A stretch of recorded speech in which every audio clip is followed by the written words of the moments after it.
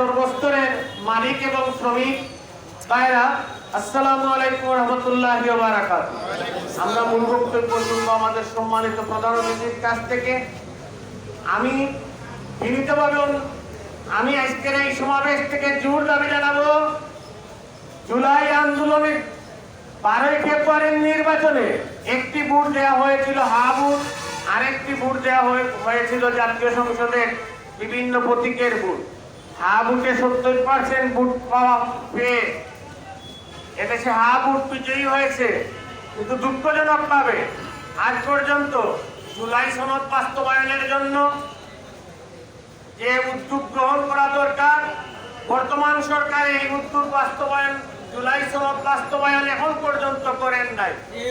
তাই এদেশের হাজার হাজার ছাত্র শ্রমিক, এদেশের মানুষ আহত হয়েছে, জীবন দিয়েছে দেশ সুন্দরের জন্য, দেশকে সংস্কার করার জন্য। শ্রমিক আমরা যারা রয়েছি, আমাদের পরিবারের সন্তানদেরকে সুশিক্ষা দেওয়ার জন্য, আমরা যারা খেটে খাই, আমাদের চাকরি নিশ্চিত করার জন্য এই জাতীয় আন্দোলন করেছে। দুঃখজনক ভাবে আজ আমাদের পরিবারে খেটে খাই আমরা যারা, আমাদের চাকরির অভাব রয়েছে, চিকিৎসার অভাব রয়েছে, আমাদের অনেক সমস্যা এখানে রয়েছে। এসব সমস্যা দেখার মতো এদেশে কেউ নেই। আমি আমাদের পরিবহনের সম্মানিত সভাপতি আজকে এখানে আসছেন, আপনার মাধ্যমে বিরোধী দলীয় নেতার মাধ্যমে সরকারকে এই মেসেজটা দেওয়ার জন্য আমি অনুরোধ করব। আমরা যারা খেটে খাই, আমাদের খুব বেশি দাবি নেই, আমাদের একটি দাবি, আমাদের দাবি হলো যে আমরা আমাদের ভোট অনুযায়ী, আমাদের ইনসাফ অনুযায়ী যা প্রাপ্য আমাদেরকে তা দেয়া, এর চেয়ে বেশি আমাদের কোনো অধিকার, আমাদের চাওয়া পাওয়া খুব বেশি নেই। অন্যদিকে আরেকটি বিষয় আপনার কাছে অনুরোধ করতে চাই, পায়ের পেডেল দিয়ে রিক্সা চালানো কত কঠিন কাজ। আমাদের দেশে এমনও লোক, আমরা এমন পরিবার রয়েছি, সারা বছরের মধ্যে একটা মুরুব জব করে খাবার, মুরুবের গুড় দিয়ে ভাত খাওয়ার সুযোগ আমাদের হয় না। কিন্তু ঢাকা, চিটাগাং, রাজশাহী প্রত্যেকটি জেলায় টমটম রিক্সা চলে, সিলেটে এটা চলে না। যারা চালায় তাদেরকে পুলিশ হেনস্থা করে, তাদের গাড়িগুলা ধরে নিয়ে যায়, হাজার হাজার টাকা তাদের উপর জরিমানা করতে হয়। আমরা অনুরোধ করব, বাংলাদেশের প্রত্যেকটি জেলায় যদি এই গাড়ি চলে, তাহলে সিলেটে কেন চলবে না? এক পা দিয়ে রিক্সা চালানো, পেডেল দিয়ে রিক্সা চালানো এত অমানবিক। একজন লোক বসে চালায়, তিনজন তার উপরে বসে, এত কষ্টের কাজ এটা।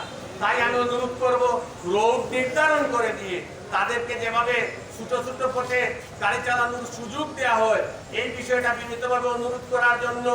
আরেকটি কঠিন বিষয় হলো সিলেটে, যেটা হলো যে সিএনজি যে গাড়িগুলো রয়েছে, এই গাড়িগুলোর রোড সরকার নির্ধারণ করে দিয়েছে, কিন্তু সিলেটের রেজিস্ট্রেশন বন্ধ, সারা দেশের রেজিস্ট্রেশন বন্ধ, আবার শোরুমগুলা খোলা।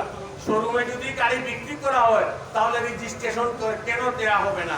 আমার পুলিশি যন্ত্রণা, গাড়ি বেকার করে ফেলে সামান্য একটি কাজের জন্য, পার্কিং এর জন্য বা সামান্য জিনিসের জন্য। আমাদেরকে পার্কিং এর যে জায়গাটা দেওয়া হয়েছে, এই পার্কিং এর জায়গায় আবার হকার বসানো হয়েছে, দোকান বসানো হয়েছে। আমরা কোথায় গাড়ি রাখবো? কোথায় নিয়ে আমরা বেশি যাত্রী সাধারণকে নামাবো? আমাদের জায়গায় আবার দোকান। এই দোকানগুলো যদি থাকে, তাহলে তো প্যাসেঞ্জার নামানোর জায়গা থাকে না।